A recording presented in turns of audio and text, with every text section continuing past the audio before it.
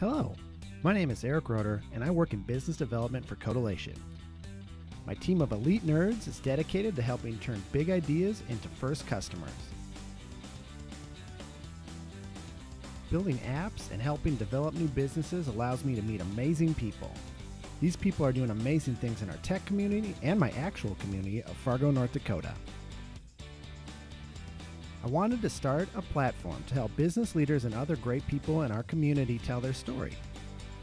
Connecting with amazing people is my job. Welcome to my office. My guests this week are Erica, Johnsrud and Bethany Berkeley of Dale Carnegie. Like basically everything in the world, it's changed quite a bit last year for their business, and we're going to chat about those changes this week. 1, 2, 3. Whoa! That was pretty good. Welcome, welcome, welcome. And I'm so excited to be here with Erica Johnsrud and Bethany Berkeley of Dale Carnegie. I'm really excited to be sitting next to both of you at the same time, which is just because you're both so awesome. But we'll get, into fun changes and stuff with work later. Can we just get a quick intro of who you are and what your role is? And we'll start with Erica because it's changed and it's exciting. It's very exciting. I'm Erica Johnsrud, and I am the Client Experience and Brand Champion at Dale Carnegie. Wow. And Bethany? I am Bethany Berkeley, and I am the CEO and co-owner at Dale Carnegie. Oh, man. And so, it's been long enough since I've seen both of you guys. So I've just been creeping on socials, and it's great. And at the beginning of the year, you announced a partner, and there's just been some big, awesome growth and changes. Can you talk about what's going on at Dale Carnegie, Bethany? And then we'll get into how that's evolved after that. So, Yeah, sure. So where do I start? I'll take you back to me coming back from maternity leave in the pandemic and where the business was. And I was given the opportunity to purchase the business. And because I am who I am, who doesn't purchase a people business in a pandemic, right? I love what I do and wanted to hold on to Dale Carnegie in our communities, make sure that we're still available for transforming people's development and performance in our territory. So that was the first big change, and I also don't want to do this by myself, right? Yeah. I really believe that I need to surround myself with people who are different from me, have different talents and perspectives and ideas, and are also willing to challenge me, right? Because I'm actually not always right. You're close to always right. It's questionable. You can let Erica speak to that. All right. And my business partner, Katie Munyon, and our team has just grown to be a really diverse set of skills and personalities and perspectives, and that was the goal, so that we can innovate and figure out how do we continue doing this and really preserve the heritage of Dale Carnegie and our history, but also modernize our solutions and meet people where they are. And that means our brand looks and feels a little bit different, and so does our team. Yeah, and speaking of that, we talk about transformational career growth. Erica, you've gone through a little bit of that relatively recently. Can we talk about your new role and how you're looking to grow in your professional career, taking this leap? Yeah, well, it's been about 4 weeks now with Dale Carnegie, and it was just a really great fit. I knew Bethany from before, from when she worked at the YWCA, and we've kind of got together to catch up and talked a little bit about careers and what that looks like. And when this opportunity came, it was really something I couldn't pass up for my professional growth and really taking what I learned in the nonprofit world and bringing that into the business world, because I truly believe that businesses should be treating their clients the way nonprofits treat their donors. Yeah.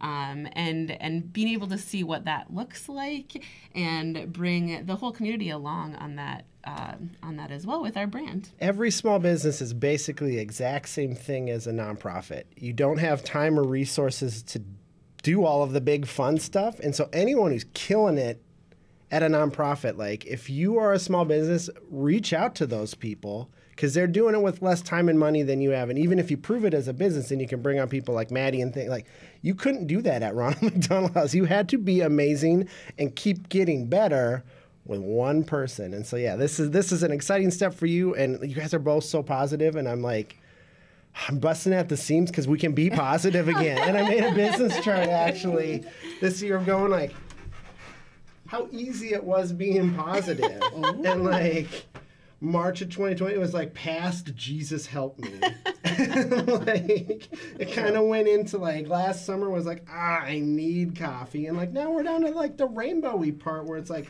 I don't need coffee, but I'll take it. And so, yeah, again, this is an exciting step for both of you guys, and it's just fun to watch how you guys have changed and the steps that you've been taking and all of this stuff. Like, what events do you guys have coming up? How can we as an individual business get involved with your team, and how can we help you guys? Erica. Refer to our new, there we go. She's used to being put on the spot a lot. Well, I would say, the biggest thing is follow along. Follow us on social media, and that's a great way to keep up to date with what is going on. We love to celebrate the people that we're working with, and we have some courses coming up in the next few months. So, yeah. So the first step is following. Would you like to expand on that at all, Bethany? Or sure. Well, Erica, in part, is here because she is phenomenal at creating a brand in her own authentic way. And so our social media platforms, including YouTube, Facebook, LinkedIn, and what am I missing? Twitter. Because you're great. You're great. The tweets and the twoots and the and she's been really helping me out with that and Instagram. And the other piece of it is just this is a great time for people to reconnect with each other. And now more than ever, organizations focusing on their workforce to make sure that culture is strong and people have the skills that they need post-pandemic. And even before that, it was important. We like to have fun at Dale Carnegie, and we facilitate dynamic experiences that are unique for every person we work with. And I've watched dance parties, so this is real. And I enjoy the I'm Erica, and this is what we're going to talk about. That's fun content. You guys are crushing it. Something that I think was really surprising to me coming on board the Dale Carnegie team was how customized everything is to the clients. Yes. And I really if you don't dance, they don't dance with everyone. I'm trying to remember what we've danced about, but it was with Jay and... Oh, that dance party. We've had some other ones. We've had several. Fair enough. Celebrating the wins, you know. Yes, I think it was like your first week, and I walked in, I was like, hey, let's shut the door. We're going to just dance for a second, right? But super serious right away. We need to do something first. And I was like, okay. Great. Well, yeah, let's do our check-in. We're going to have a dance party. Boss is dropping the hammer. Turned on some Lizzo, and we just had a moment. That's amazing. So, yeah, I'm just happy to be sitting with you, and I'm happy that you're working together. You know, every time I talk to either one of you individually, I get smarter. And so what is the best thing that you've learned from each other in the month that you've worked together so far? And we'll start with Bethany this time. Okay. It's hard to narrow this down to one thing because obviously, Erica, looking at your chart, I'm like, you've probably been a rainbow this entire time because it's just intrinsic to who you are as a person. I learned that we are more alike in a lot of ways, and you're also so similar to Katie, my business partner, and fit so well within our culture and our values, and you emanate those values every day.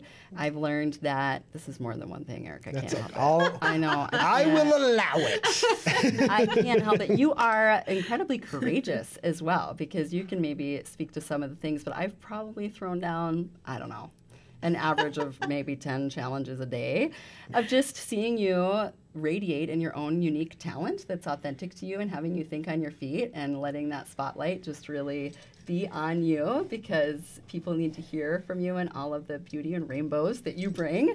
And I've just been so impressed by your courage, because you're in a new role and you're going all in, and it's been a lot of fun. You even got in front of a really large group at a client the other day. I called her 5 minutes before and said, hey, I wanted to give you some notice, but would you be willing to do this? And you were like, yeah, okay, sure. And she did, and it was awesome. So that courage, I would say, is the biggest thing I've learned about you, which has also been very inspiring to me. All right, well, beat that. Wow. Yeah. just beat that answer. Go for it now.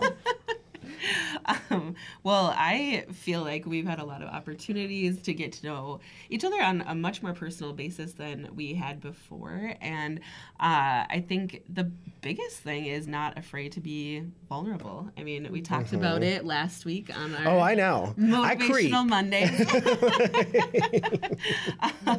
But Bethany has been super vulnerable with sharing things with me, and that makes it really easy for me to feel like I can share anything and be open, and really, as you mentioned, challenging, but putting down those challenges, and it's really helped me to see some of the things I had inside of me that I didn't know were there, and that's been really, really great. I feel like I've already grown a lot in just a short time.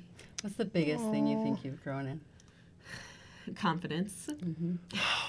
So true. Get it. And it's been there the whole time. Get it. Yes. Get it. We have a lot of transparent conversations, and that's important. It's just to be human, right? And so we get to share that with each other. And again, I think that we've all been so apart that it's time to like bring us together, and getting vulnerable and getting to that outside of knowing each other on just a professional level is essential to business going forward. And it's a cool spot to be in, because we're past the low, and now we're charging through. Like, this is where we were in 2019. Now, as a universe, we're running past that, and as a not a literal but a figurative runner. Don't yog. It's cool to be a part of stuff now. So yeah, we can't be at this. You can't have your Lego mic stand and not get a nerd question. Okay. What? Well, we'll do a two-parter, because like one has to be professional development and one has to be fun. Okay. So, what's the best book you could recommend to someone like looking to just start kind of taking that next level or that next step? And then Space Jam 2 is coming out, and I'm going to go to the theater and have a Space Jam Pajama Jam at 9. What? I hear the song playing in my head right now. So yeah, that's coming. What's the best kid movie you either watched in the last year or are excited for? And yeah, we'll start with the book, and we'll start with Erica. Oh, goodness. I feel like the easy answer here is How to Win Friends and Influence People. Oh, yeah, next to your boss. Very good. Very good answer. Also true. Who wrote Also that? true. I hate the title of that book, but I like the everything else. It just seems greasy. And again, it was written 100 years ago when you could have a title like that and it wasn't terrible. But like, yeah, everything else about the book, very good. The title, the marketer in me is not in love with that. I think another book that I think really made an impact on me, and maybe it was probably a little bit more a podcast episode I listened to, but I know you have also read this book, but Giftology. Yeah. And just how you can make experiences a lot more personal and about the other person, which is a big thing that Dale Carnegie talks about too. No, I love that. Absolutely. And your kids' movie. Oh, yes. Yeah. Okay. It's the best newish kids movie in the last year, or one you're excited to see coming up? I mean, one that I've loved and watched several times in the last year, but I also feel like is an easy answer, Frozen 2. No, that's okay. Okay, but I loved it. That's it. No, it's okay. That's okay to watch and love that movie. I will allow it. Yes. Bethany, what's your book? I was just thinking about the books I've read recently. There was one called The Final Eighth that I honestly didn't think I would like, and even the first chapter I was like, I got to power through this because it's been recommended. And as I worked through it, I realized that it was a valuable read. It's all about the barriers we create for ourselves that can inhibit our success and innovation and our ability to reach our goals. So if you do read it, just work past it a little. The beginning's a little Maybe dry. It's easier. And there's another one that I reread called The Challenger Sale, which just allows us to maintain that confidence in our value, right, as a business and our solutions, and remember why we do what we do, and that it's okay to be a trusted advisor that challenges sometimes our clients, right, to show them the bigger picture. Yeah. Kids movies. Oh, my kids don't really watch a ton of TV. However, there's the occasional situation with my daughter. Last time I talked to you was Finding Nemo. Yeah. That fish we got as a result of that is still alive. Hey, you did it. That's I know. impressive. 2 dogs, 2 kids, a fish. I can't keep anything else alive, but I do have plants. Okay, anyways, I'm getting off track. I really liked, let's see, what did we watch recently? The Lion King? Like the remastered version has been cool to watch. We're going to disagree on that. We but can agree it's to okay. disagree. We Yeah, can no, disagree that's okay. agreeably. I hate all these remakes when they make them live action and they take all the funny jokes out, and then at the same time, never in 1996 was I watching The Lion King like, what the hell is that thing? If only it was more real. I'd know it was a lion. Like, It's very real, though. It's very real. I know it's very real. I'm quit think being it's so cool. like, but what is this alien Mufasa? Like, what is that thing supposed to be? I scarier can't in figure it out. I don't think I've seen the most recent. Well, one. we have Disney Plus at our house, so more than welcome to join the movie party. Weekend's coming, and it's not quite summer yet because it freaking snowed this week. But it wants to come back, and it's probably an okay weekend to watch The Lion King. Okay. Just saying, you could do both and compare and I'll report back, contrast. yeah. Yeah, I'll let report us know. I kind of want to go through both now. Now I have a weekend project. Like, this is why I hate new Aladdin compared to first Aladdin. And yeah. I'll wait to hear a report. I've got stats on this, and there's stuff. Oh, I've got some homework to do now, but that's okay. We should probably wrap things up as I go on Lion King rants. Did you guys have anything else? How do you want to close? Oh, sign up for High Impact's class. Oh, holy good cow! one. High impact presentations, presence, and Sales. communication in May. Everybody can benefit from that. Erica's taking it. I Yeah, have. Yeah. It was incredible. yeah. You All can right. actually see the difference between the first day and the second, and I thought that was really cool. Yeah, just give them some money. That's a good way to wrap things up. Thank you guys for stopping out. Have a good week, everyone. That's I like funny. that we both did jazz hands. Yes. Oh man, this episode got a little extended because I can't cut that out now.